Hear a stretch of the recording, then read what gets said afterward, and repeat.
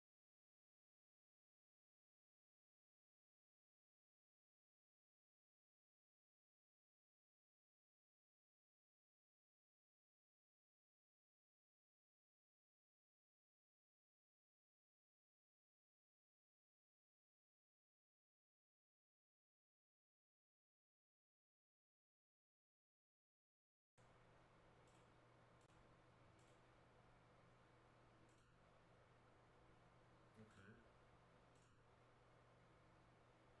Doesn't work. Think I got it? I think I got it figured out.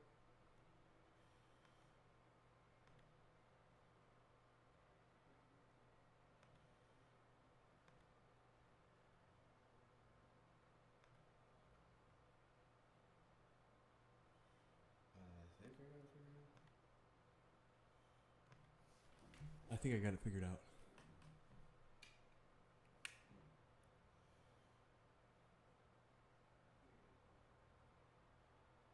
Sick. We're good.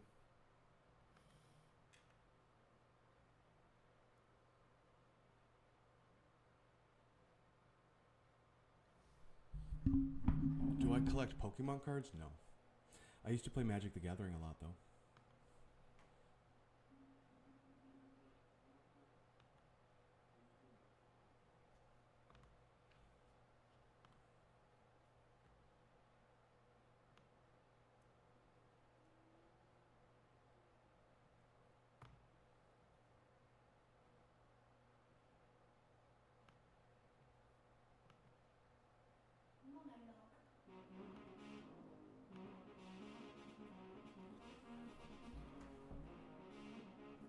Would like to send you a cash donation. Just go to my website and buy books, man.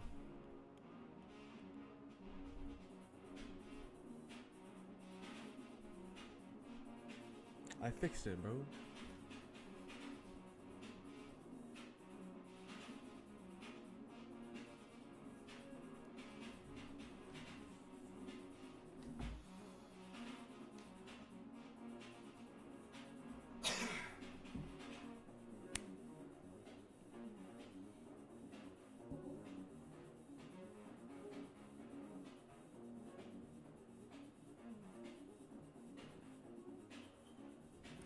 "35 years when we finally make it in America, then she fucks it all up with a divorce?" Yeah. What else am I live on? Your bitch. I'm live on your bitch.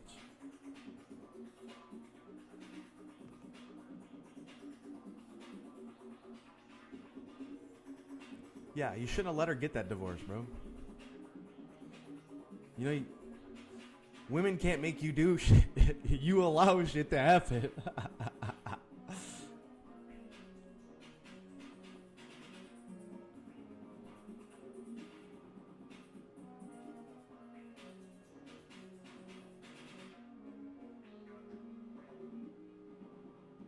She left me, but now she keeps watching my social media and sending smoke signals, trying to get me to call. She's blowing smoke up your ass is what she's doing.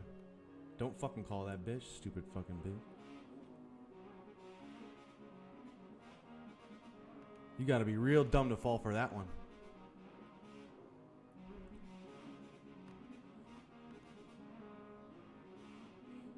I'm live on TikTok, Facebook, YouTube, Instagram. I get unbanned from live on my main Instagram on the 28th. And I expect a lot of people to join that chat. Like, that live is gonna be hype.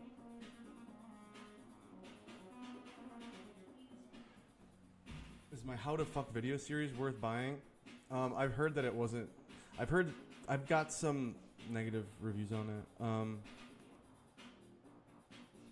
I think it is. I think it's more mindset. It's not about it's not techniques on fucking. Just a few.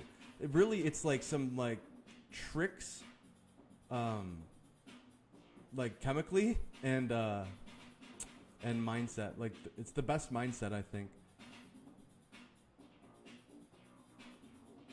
Like if you're in your head about sex, it's good.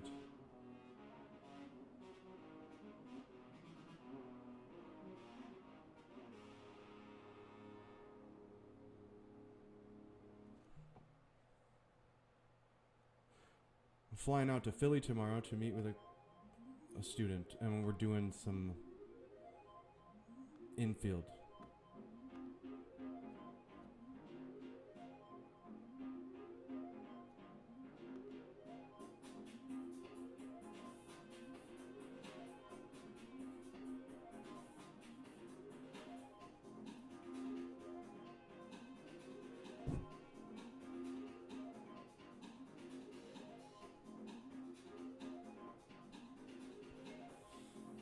I wish my Instagram let me go on live.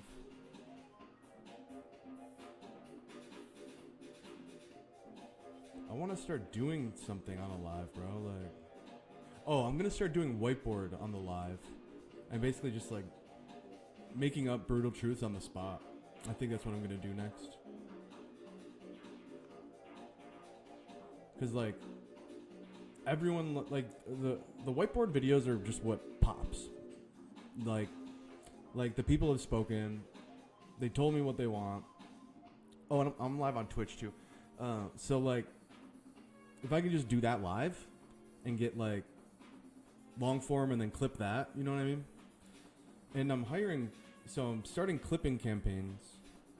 Basically, I'm starting clipping campaigns, and I'm gonna fucking do some fucking ridiculous crazy shit, bro.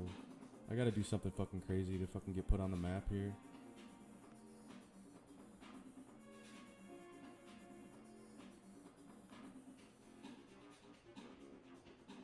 Nothing too off-brand, though.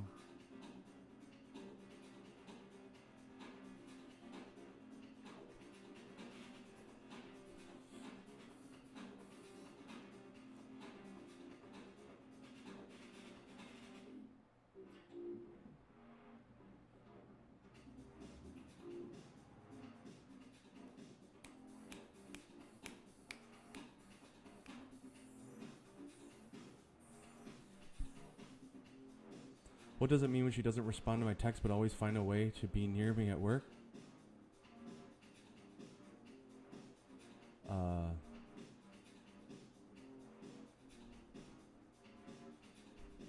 Maybe you're just imagining things. How old are you, bro? Did you ever read 60 Years of Challenge stuff? His name is Chris Anderson. Your shit reminds me a lot of his shit. Both are awesome. No, I've never heard of it.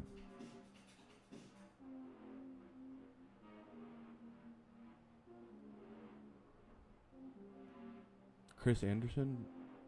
Don't know.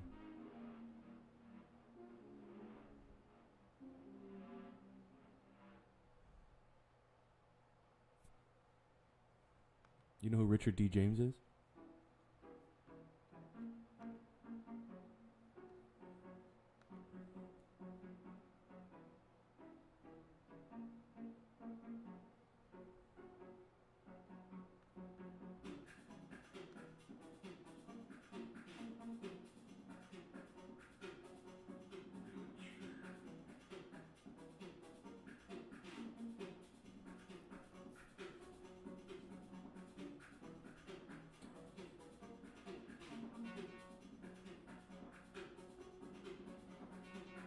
Doc Love? Who's that? Now they gotta figure out how to detox all these chemicals and testosterone killers and nasty plastics in your water bottles and synthetics in your daily life. Why can't bitches reciprocate or initiate? Because that would give away leverage. Why don't you just take a page out of their book?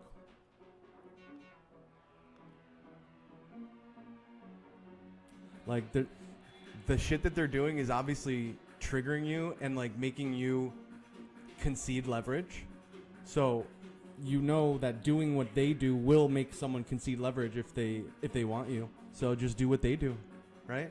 They're doing power plays, bro. It's all power plays. Like, they're socially adept. They're socially adept, man.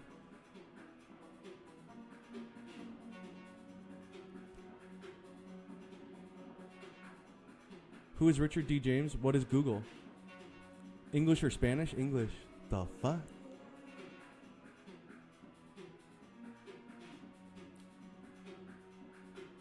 Can a girl go from not liking you and thinking you're annoying to getting attraction? Yes, if she sees you with a badder bitch.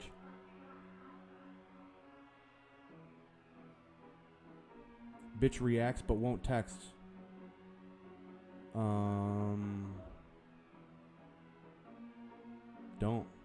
Don't do shit. Definitely don't text her. Well, like, what do you think the answer is?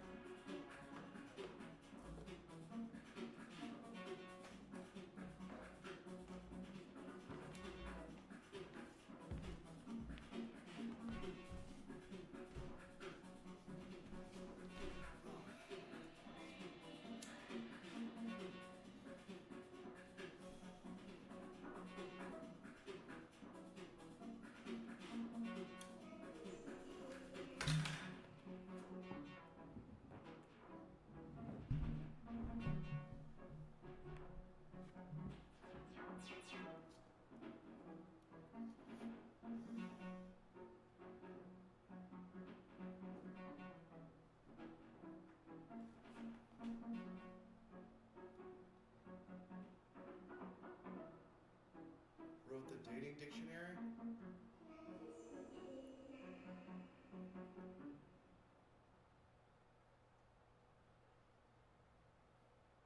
Yeah, that's a fact. In these streets, yerd.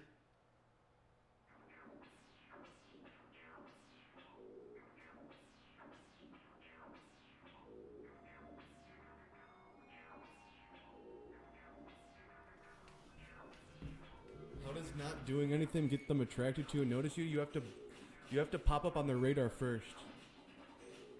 You have to present as curious. I mean, you have to make them curious about you first. Like, you have to be attractive in one moment and then unavailable in the next. This is done by, like, in a social setting where she's at, and you're like high value in that space.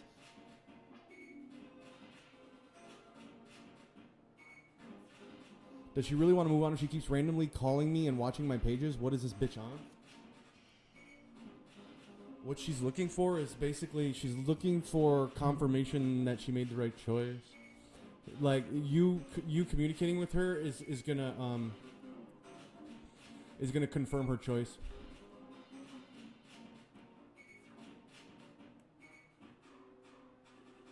These bitches are sneaky as fuck.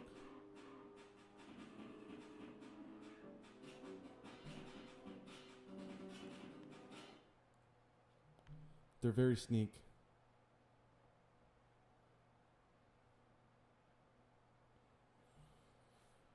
These bitches ain't shit.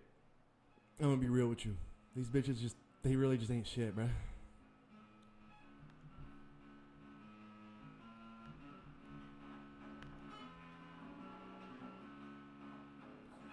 The amount of socially awkward Delulus is insane. Okay.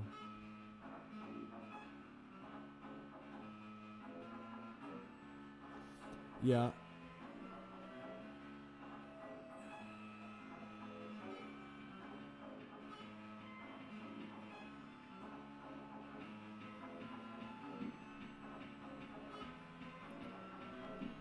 So if you're wondering why girls watch your Instagram story but they don't message you or anything, like, they're just observing.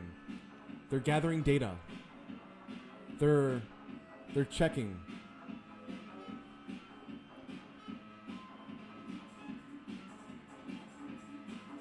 Is lack of accountability an attempted power dynamic as well?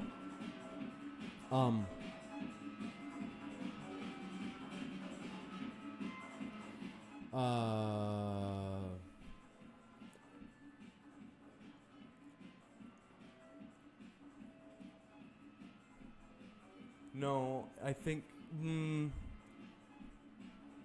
it's a learned behavior. It's a learned behavior from a kid. As a kid, like, all kids try to get out of accountability, but like girls get away with it easier. Girls get away with it more. So then when they go through puberty, it becomes way more easier to avoid accountability because no boys their age, no men hold them accountable. Then all men just let them get away with everything. So then it just like goes all downhill from there. Is it wrong to use bitches for transportation if I have no car due to DUI? Fuck no. No, use these bitches up. Use these fucking bitches up. Waste their fucking time and leave them confused and in despair.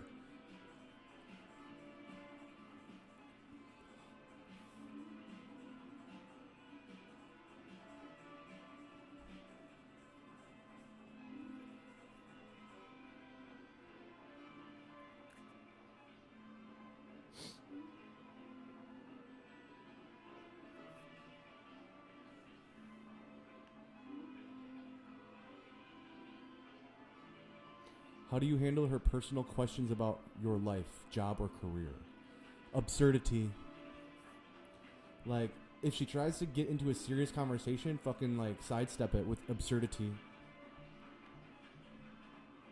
Is it ever worth focusing on one? Maybe if you got a kid. But, yeah, you should be focusing on one, and that one is you.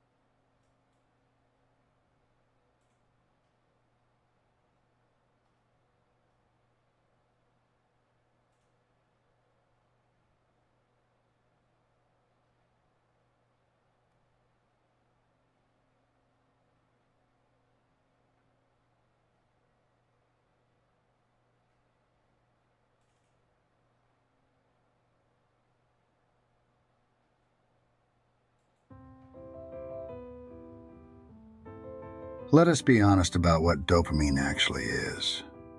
It is not happiness. It is not pleasure.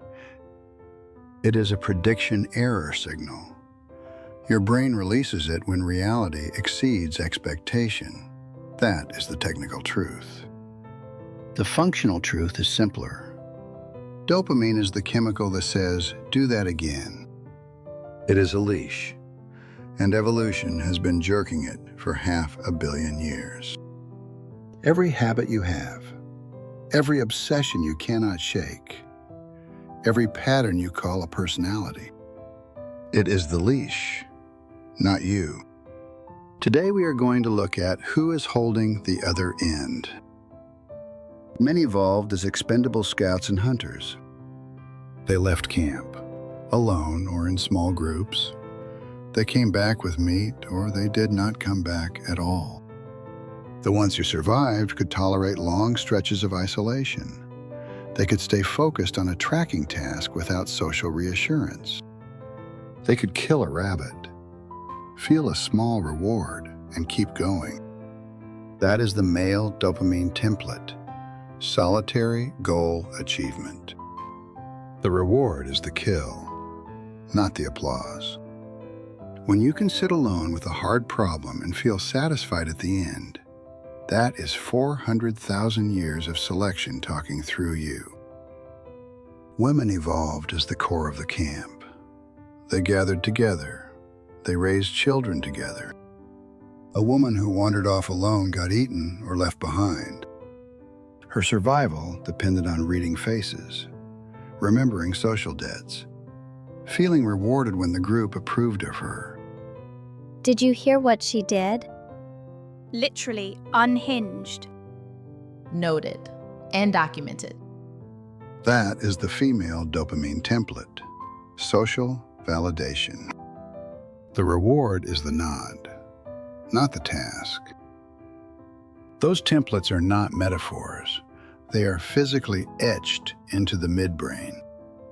Every time a man plays a video game, he is reenacting the hunt. The screen is the savanna. The enemy is the antelope. The dopamine hits when he solves the pattern alone.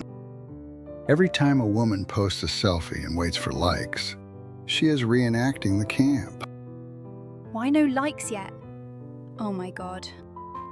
The phone is the circle of grandmothers. The heart is the nod.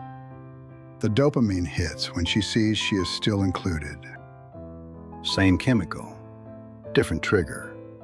40,000 generations of divergence expressed in an afternoon. Porn is the purest distillation of the male template. It removes every social variable. No rejection, no negotiation, no performance.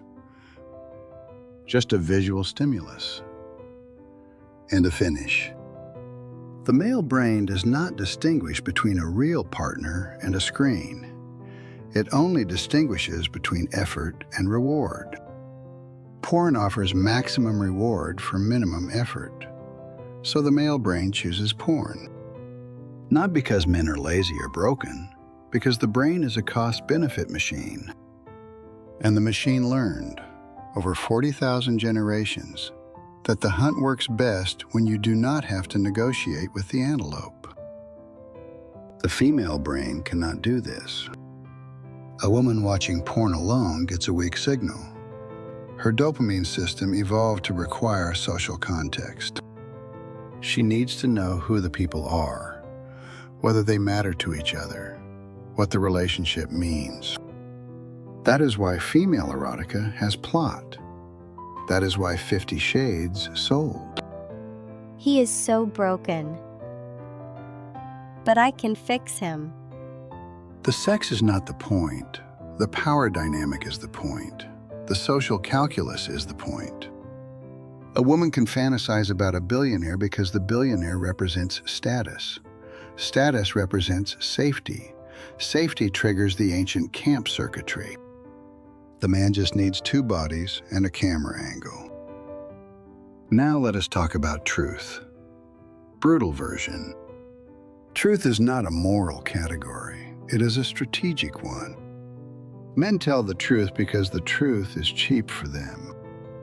A man who says you are wrong might cause a fight, but he does not lose his place in the hierarchy unless he is wrong about something material. His status is tied to competence, not likability. So he can afford bluntness. Bluntness is a luxury good for people who do not need allies to survive. Women cannot afford bluntness. A woman who says you are wrong to another woman risks exile. Exile for a female primate is a death sentence. No protection, no food sharing, no help with children. I love your bag. Where did you get it? Oh my god, you look so good today. I am so happy for you. You tell the truth when it strengthens the bond. You withhold it when it threatens the bond. You embellish it when the bond needs reinforcement. That is not lying. That is social maintenance. And it is not optional. Resources are the same game with different rules. A man sees a resource as a buffer against chaos. The world wants to kill him, eat him, or demote him. Money and tools are walls. Every dollar saved is a brick. That is why men hoard. That is why men feel anxious when the bank account drops. The anxiety is not about money, it is about vulnerability. The dopamine hit from saving is the feeling of walls getting thicker. A woman sees a resource as a current. Money flows through her hands to other people. She gives a gift, she gets loyalty. She shares food, she gets protection for her children. She spends on appearance, she gets status. Status gets her better mates and better allies. I earned this. I deserve it. It is an investment in my happiness, babe. The dopamine hit from spending is the feeling of the current moving. Stagnant money is dead money. Dead money does nothing for a woman's survival. Social media platforms are not neutral. They are dopamine mining operations. They figured out that women click for likes and men click for competition. So they built two different slot machines. For women, it pays out in hearts and comments. For men, it pays out in leaderboards and kill counts. Same casino, different games. Porn sites are the same. Tube sites for men, written erotica for women. The tube sites have no plot. The erotica has nothing but plot. Both maximize dopamine extraction. Both leave you poorer than you started. There is no solution. There is only awareness. You can know in the middle of an argument that you are not fighting your partner. You are fighting 200,000 years of different survival strategies. That knowledge will not stop the fight. But it might stop you from Athens, pretending the fight 4th is about century the dishes, before Christ, or the money, the most powerful or the city in porn. the known world. It is about the dopamine. In the middle of that, it was always about the dopamine. Dopamine does not care about your happiness. Dopamine only cares about what worked yesterday. Yesterday was the Pleistocene. We are still there. We just have better screens.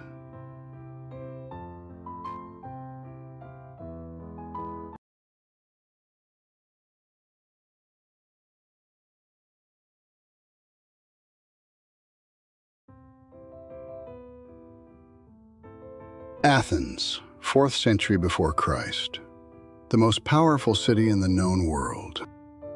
In the middle of that city, a man named Diogenes lives inside a wine barrel. He eats his dinner in the street. He barks at passing nobles. He calls the rich of Athens puppets of pleasure.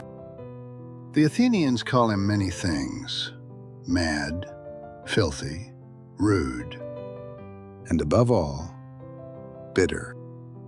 Bitter is the word they use to dismiss him. Because if Diogenes is bitter, nothing he says has to be answered. And if nothing he says has to be answered, the Athenians can keep eating their dinner in peace. The label is a trap door. Step onto the stage of public speech, admit any negative emotion, and the floor vanishes beneath you. One day, Alexander the Great comes to see him. Alexander the Great, the most powerful man on earth, student of Aristotle, conqueror of everything between Macedonia and India. He stands over the barrel, looks down at the filthy, bitter man inside, and says, "Is there anything I can do for you?" Diogenes looks up, squints against the sun, and says, "Stand out of my sunlight." Alexander's guards reach for their swords. Alexander waves them off. Later, to his friends, Alexander says, "If I were not Alexander, I would wish to be Diogenes." The most powerful man in the world saw the bitter man in the barrel and recognized a clarity he himself could not afford. Because bitterness, properly understood, is not a disease. Bitterness is often what clarity costs. 2,400 years later, the trick is still being played. A man speaks. He describes a difficult experience: rejection, loneliness, invisibility. He does not threaten violence. He does not call for a policy. He simply speaks his truth. And within minutes, the replies arrive. You're just bitter. Incel energy, honestly. Your attitude is the problem. The conversation is over. His point is not refuted. His evidence is not examined. He has simply been labeled. And the label functions as a full stop. Here is the move in its full structural elegance. Identify an emotion in your opponent. Treat that emotion as proof their argument is false. Call it what it is, the ad hominem effectivus. An attack on the speaker's emotional state rather than their claim. It is not argument. It is social expulsion disguised as critique. And the genius of the move is this: it reverses victim and perpetrator. The man who experienced pain is told that his pain is the real problem. His reaction becomes the offense. Whatever caused the reaction vanishes from view. It is like slapping a man and then saying, "Your crying is the issue." A man says, "I have been rejected repeatedly, and it has made me frustrated with how dating works." There are two ways to respond to that sentence. Only two. The first: what specifically frustrates you? Is it the apps, the communication norms, something else? That is engagement. That is an interlocutor. That is a grown-up in the conversation. The second: you are just bitter. No woman wants a bitter man. Ew. That is dismissal. That is a veto. That is an adult refusing to be an adult. The second response does nothing to address the observation. It does not prove the frustration is unwarranted. It does not provide counter-evidence. It merely asserts that the speaker's emotional state invalidates whatever he might say. Every time you watch this exchange play out, watch for that second move. It is not a bug in the culture. It is a feature. From Aristotle to the present day, logicians have distinguished between attacking a person and attacking an argument. The ad hominem fallacy occurs when someone rejects a claim based on an irrelevant feature of the person making it. Bitterness is irrelevant to truth. If a bitter man says the earth is round, the earth remains round. If a bitter man says dating apps are engineered to keep you paying rather than finding partners, that claim must be evaluated on its merits. Data on matching algorithms. User retention metrics. Business models. Not on the emotional state of the speaker. Can bitterness distort judgment? Yes. A bitter man may exaggerate, may generalize unfairly, may see malice where none exists. But these are specific errors. They require a specific demonstration. The word bitter does not identify an error. It merely stigmatizes a feeling. Calling someone bitter is not the same as proving they are wrong. April 1964. A man named Malcolm X stands at a podium in Cleveland and delivers a speech called The Ballot or the Bullet. He speaks about 4 centuries of systematic violence against his people. He is, by every measure, bitter. The press calls him exactly that: bitter, radical, hateful, incendiary. These are the labels used to disqualify him from respectable conversation. The labels do not refute a single word of his analysis. They simply exile him from the parlor. And for a long time it works. His bitterness is dismissed as pathology. His clarity is buried with it. 20 years after his death, the culture starts to realize what he had actually been saying. 60 years after his death, a postage stamp bears his face. The bitterness they used to exile him turned out, in the end, to have been the accuracy. The pattern is unmistakable. Bitterness is often the cost of seeing clearly. People who are treated unfairly become bitter. That bitterness becomes the excuse to ignore them. The mechanism is circular. Hurt people are dismissed because they are hurt, which hurts them further, which deepens the dismissal. If bitterness truly disqualified a person from commentary, we would have to burn half the Western canon. Diogenes was bitter. Schopenhauer was bitter. Woolf was bitter. Malcolm was bitter. Every great truth-teller who ever stood outside the dinner party was, by the party's own standards, bitter. You can have a culture that listens to bitter truth-tellers, or you can have a culture that no longer knows what is true. You cannot have both. If the mechanism is logically weak and historically myopic, why is it so common? Because it works. And it works because it serves a hidden function. It protects the status quo from uncomfortable criticism. When a man complains about dating, he is implicitly making a demand. Something about the way women interact with men should change. That demand is threatening to those who benefit from existing norms. The easiest way to neutralize the threat is not to argue against it. It is to disqualify the speaker as psychologically defective. You do not need a refutation. You only need a label. Notice what the mechanism never does. It never asks, is there any truth in what he is saying? It never asks, could the dating landscape be genuinely painful for some men? It never asks, if so many men report similar experiences, might there be a systemic issue? Instead, it pathologizes the reporter. The messenger is shot. The message is buried with him. This is the subversive heart of the mechanism. It masquerades as psychological insight. You need to work on yourself. But it functions as a veto on dissent. It turns structural critique into individual therapy. It replaces accountability with accusation. The most revealing test of the mechanism is to apply it symmetrically. Does society call women bitter when they complain about sexism? Sometimes. But there is a crucial difference. A woman's bitterness is validated as a legitimate response to oppression.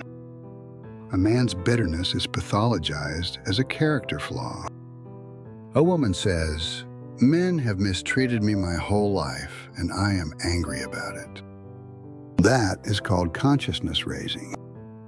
A man says, "Women have rejected me my whole life, and I am frustrated about it." That is called insultum. We need to talk about how women have been silenced. Yes, we absolutely do.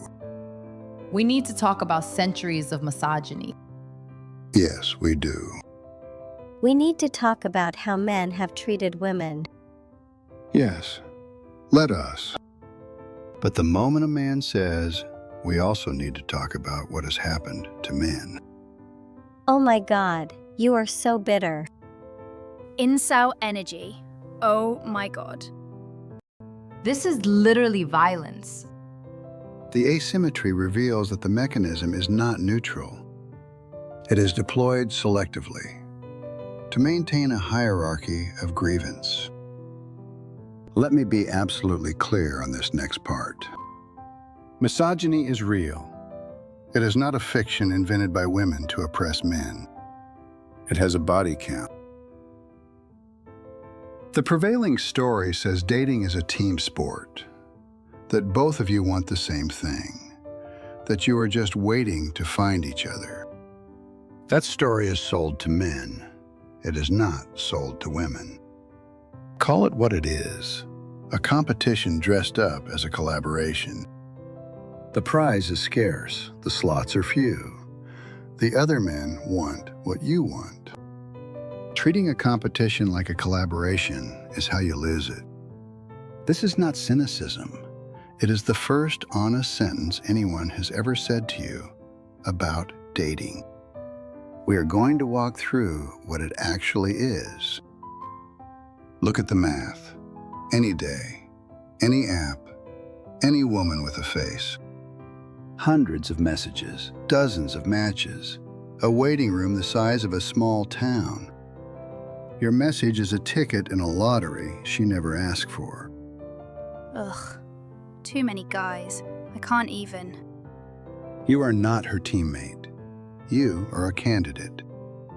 The collaborative story does not survive contact with her screen. Every man who sends that same message is your competition, whether you want it to be or not. The collaborative man shows up to a first date like he is at a job interview. He asks what she is looking for. He agrees in advance. He presents his resume of kindness. I just want a nice guy who really gets me, you know. He nods. He makes himself smaller. He leaves the power in the center of the table.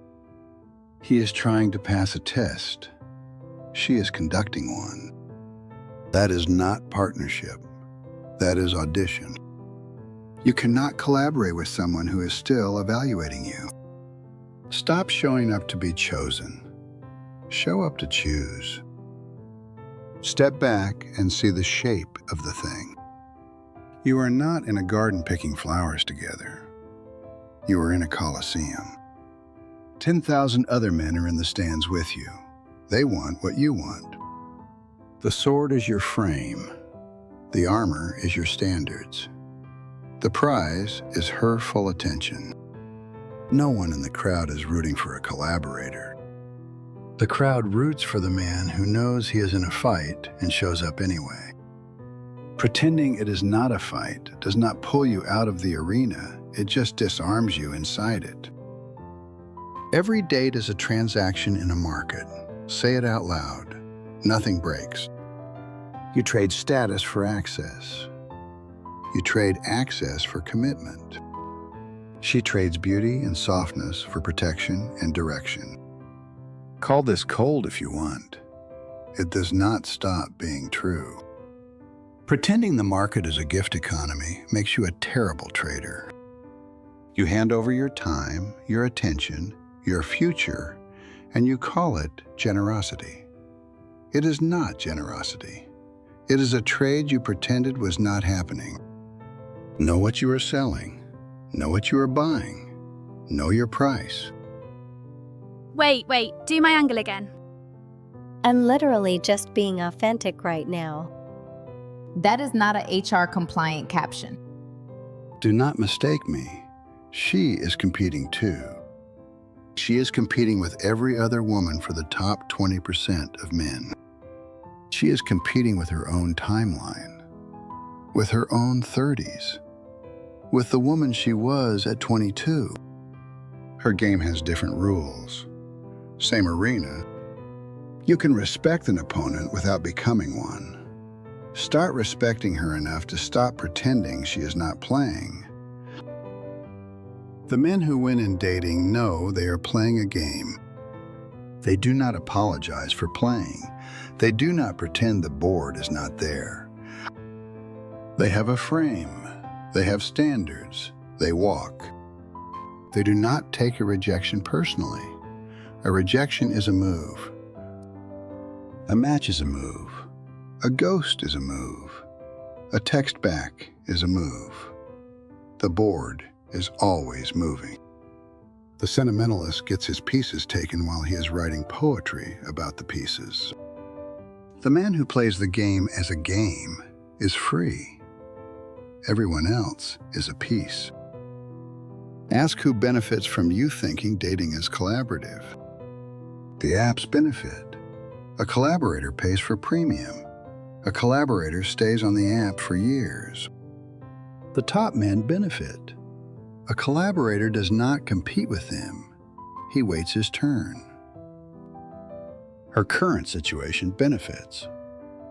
A collaborator hangs around being useful while she decides. The only man who does not benefit is the one being told the lie. Every friend you accept was written by someone. Ask who. You benefit when you stop calling the game something it is not. Competition is not cruelty. Competition is respect. It says, I see you as a real player. I will not patronize you. A man who competes hard for a woman is telling her she is worth the fight. A man who collaborates is telling her she is a group project. One of those ends in attraction. The other ends in a friendship she tolerates. Women are not fragile. They can handle a man with a spine. They were waiting for one. Stop hiding your edge to protect her from you. That edge is the whole point. When you accept it is a competition, your posture changes on its own. You stop asking permission. You start making moves. You stop explaining. You start deciding. You stop chasing. You start selecting. You stop auditioning. You start casting. You stop waiting to be picked. You pick. Nothing external has changed. You are walking down the same street, but everyone can feel it. There is a boy in every man who still wants dating to be fair. The boy wants the girl to just pick him, to see his good heart, to reward his patience. The man knows the girl picks the man who picked himself first. The boy writes a paragraph. The man writes a sentence. The boy waits for a text back. The man goes to the gym. The boy asks what she wants. The man shows her what he wants. You are not killing the boy. You are graduating him. Here is the strange piece of knowing the truth. When you admit it is a competition, you stop being angry at women for playing it. They are not villains. You are not a victim. Everyone is just running the game they were told to run. You are a man who knows the board. That is enough. You can walk into any room, any date, any app, and not flinch, because you know what is happening. Dating is competitive, not collaborative. The man who says that out loud stops losing. Let us start with a question you have probably never asked. Why do crushes even exist? Why does the brain have a specific setting for obsessing over someone you barely know? The answer is about 200,000 years old. A crush is not a feeling, it is a shortcut. It is her brain's way of saying this person has high survival value. Pay attention. Invest resources in tracking them. Do not miss opportunities with this person. When her system fires a crush, it is not a mood, it is a directive. When a woman does not have a crush on you, her brain is in evaluation mode. She is gathering data. She is testing. She is looking for red flags. This is her ancient protection system doing its job. I am going to need to see some documentation first. She is not being cold. She is running software 400,000 years old. Every question is a probe. Every silence is a measurement. She is trying to keep herself alive in a world that used to kill women who picked wrong. For ancestral men, reproduction was about quantity, spread seed, maximize chances. For ancestral women, reproduction was about quality, one pregnancy at a time, years of raising a child. She needed a man who would stay, who would provide, who would protect. The cost of picking wrong for her was a dead child. The cost of picking wrong for him was a bad afternoon. This is why women are wired to be more selective. Her brain was not built to say yes easily. It was built to say no until the evidence is overwhelming. A man can be attracted to a woman based on physical appearance alone. That is it. A woman's attraction is filtered through additional layers. Where does he stand in the hierarchy? Do other people respect him? Could he protect me and a child? This is why status works on her in a way it does not work on him. Her ancient wiring is not shallow, it is strategic. She is not asking, do I like him? She is asking, is he safe to bet my genetic future on? Those are two different questions, and she is always asking the second one. This is why a celebrity crush makes sense to her brain.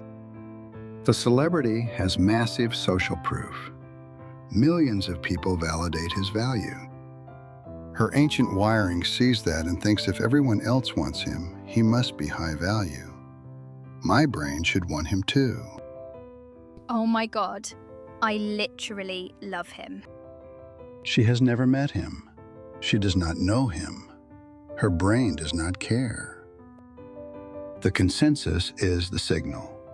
The consensus overrides everything else. The same circuitry fires for the confident man in the local bar. If everyone in the room treats him like he matters, her brain concludes he matters.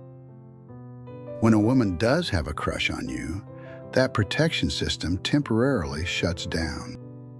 She is not evaluating anymore. She has already decided you are worth the risk. Now she is looking for reasons to confirm the decision, not reasons to doubt it.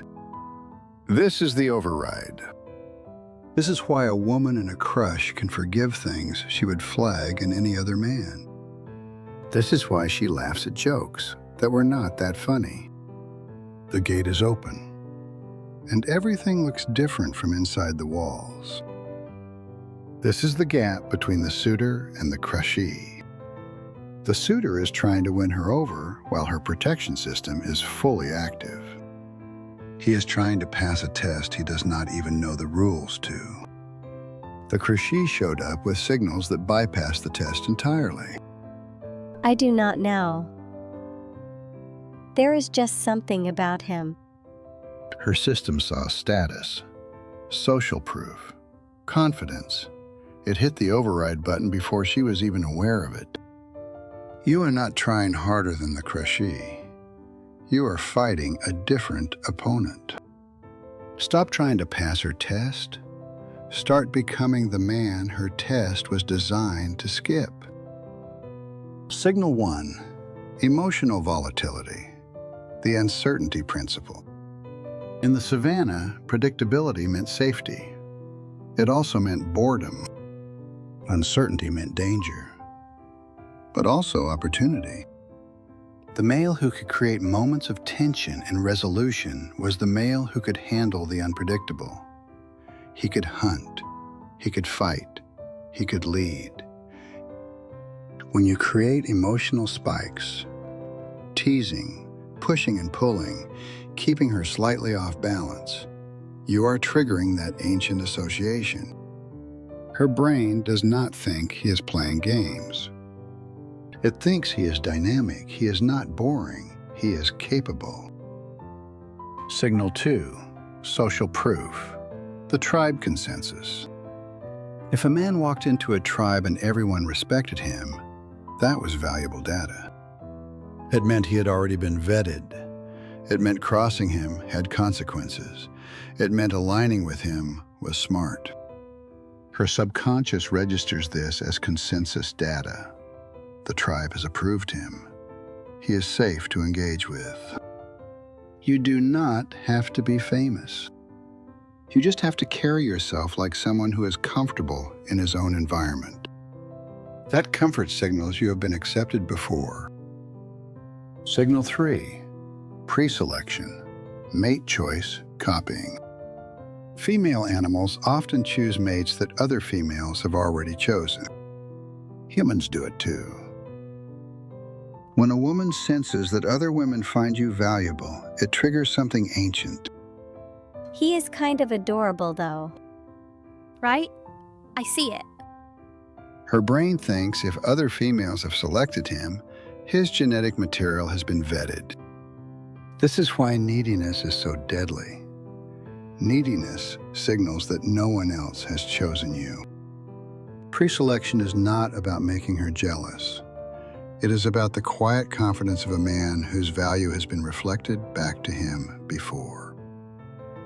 Here is the frame you need to hold. Your job is not to convince her to like you.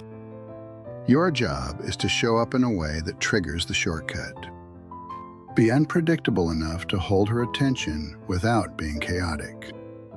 Move through the world like someone who has already been accepted. Carry yourself like your attention has value, because it has been valued before. When you do this, you are not playing games. You are speaking a language her brain understands on a level deeper than words.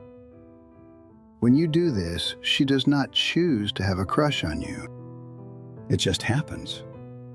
The same way you do not choose to feel hungry when you smell food. Female nature is not a mystery. It is a collection of ancient survival mechanisms.